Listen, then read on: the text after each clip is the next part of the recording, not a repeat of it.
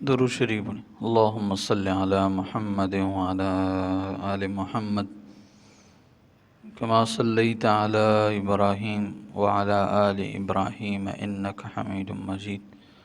اللہم بارک علی محمد وعلی آل محمد کما بارکت علی ابراہیم وعلی آل ابراہیم انک حمید مجید۔ نحمدہ ونصلی ونسلم علی رسول الکریم، اما بعد فاعوذ باللہ من الشیطان الرجیم، بسم اللہ الرحمن الرحیم۔ اذ یقول المنافقون والذین فی قلوبہم مرض غر ہؤلاء دینہم ومن یتوکل علی اللہ فإن اللہ عزیز حکیم۔ اذ یقول المنافقون، وہ وقت بھی یاد کرنے کے قابل ہے جب منافقوں نے کہا، والذین فی قلوبہم مرض، اور ان لوگوں نے کہا جن کی دلوں میں بیماری تھی، غر ہؤلاء دینہم، ان لوگوں کو ان کے دین نے دھوکے میں ڈالا ہے۔ ومن یتوکل علی اللہ، حالانکہ جو شخص اللہ تعالیٰ پر بھروسہ کرے، فإن اللہ عزیز حکیم، تو بلا شبہ اللہ تعالیٰ زبردست غالب ہے اور حکمت والے ہیں۔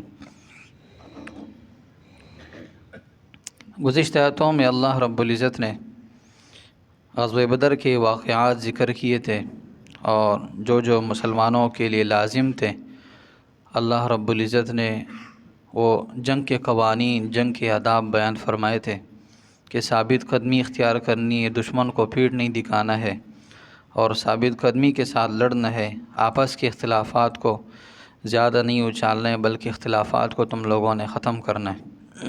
تو بہت ساری باتیں تھیں۔ تو یہاں سے ایک واقعے کی طرف اشارہ ہے کہ جب حضور نبی کریم صلی اللہ علیہ وسلم اور 313 صحابہ کرام مدینے سے نکلنے لگے تو مدینے کے اندر منافقین بھی تھے۔ انہوں نے جب دیکھا 313 صحابہ کرام ہے اور کافروں کا لشکر ہزاروں کی تعداد میں ہوگا یا کافر زیادہ ہے، تو وہ پیچھے سے آوازیں کسنے لگے یا چپکے سے یہ کہنے لگے کہ ان لوگوں کو ان کے دین نے دھوکے میں ڈالا ہے۔ لہٰذا کہاں 313 اور کہاں ہزاروں کا لشکر، لہٰذا عقل اس بات کو نہیں مانتا ہے کہ 313 ہزار پر کیسے غالب آئیں گے۔ لہٰذا وہ کہنے لگے ان لوگوں کو ان کے دین نے دھوکے میں ڈالا ہے، ٹھیک ہے۔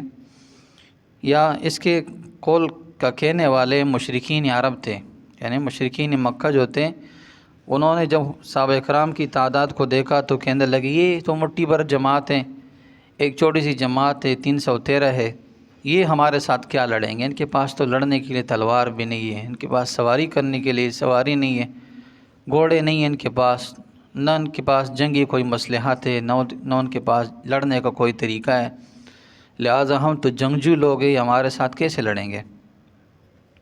یا بعض روایت کے اندر آتے کہ جو لوگ کسی عذر کی وجہ سے ہجرت نہ کر سکے اور مدینے کے اندر مکے کے اندر مسلمان تھے وہ لوگ، لیکن کسی عذر کی وجہ سے ہجرت نہ کر سکے تو مشرکین عرب ان کو زبردستی اپنے ساتھ بدر میں لے کر آئے۔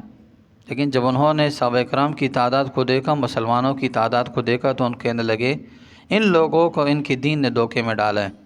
جب انہوں نے صحابہ کرام کی تعداد کو دیکھا کہ اتنے کم ہے اور یہ کام کافروں کے ساتھ لڑیں گے، تو وہ مرتد ہو گئے، اپنے اسلام چھوڑ گئے اور ان کے ساتھ ہو گئے۔ تو اللہ تعالیٰ فرما رہے ہیں اذ یقول المنافقون، وہ وقت بھی یاد کرنے کے قابل ہے جب منافقوں نے کہا، والذین فی قلوبہم مرض، اور ان لوگوں نے جن کی دلوں میں بیماری تھی، یعنی شرک تھا، اس سے مشرکین مکہ مراد ہیں، ان لوگوں نے کیا کہا، غر ہؤلاء دینہم، ان لوگوں کو ان کے دین نے دھوکے میں ڈالا ہے۔ اللہ تعالیٰ فرما رہے ہیں اس طرح نہیں ہے، ومن یتوکل علی اللہ فإن اللہ عزیز حکیم، جو اللہ تعالیٰ پر بھروسہ کر لے، اللہ تعالیٰ پر ایمان لائے، پھر لشکر اس کے سامنے کچھ نہیں ہے، ٹھیک ہے۔ لشکر پھر اس کو کچھ نہیں کر سکتا ہے، لشکریں پھر کچھ نہیں کر سکتی ہے، افواج کچھ نہیں کر سکتی ہیں، جتنی بھی طاقت سامنے آ جائے، جتنی بھی قوت سامنے آ جائے، اگر اللہ ساتھ میں ہو تو کوئی کچھ بھی نہیں کر سکتا ہے۔ تو بہت سارے واقعات ہیں بنی اسرائیل کے اندر۔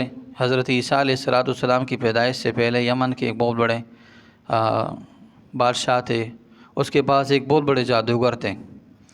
وہ جادوگر بوڑھے ہو گئے تو انہوں نے کہا یار میرا جو علم ہے یہ کہیں منتقل کرنے میرا علم، لہٰذا کسی ایسے بچے کو دیکھا جائے جو ہونہار ہو، جو صلاحیت والا ہو، تاکہ میں اپنا علم اس سے دے دوں۔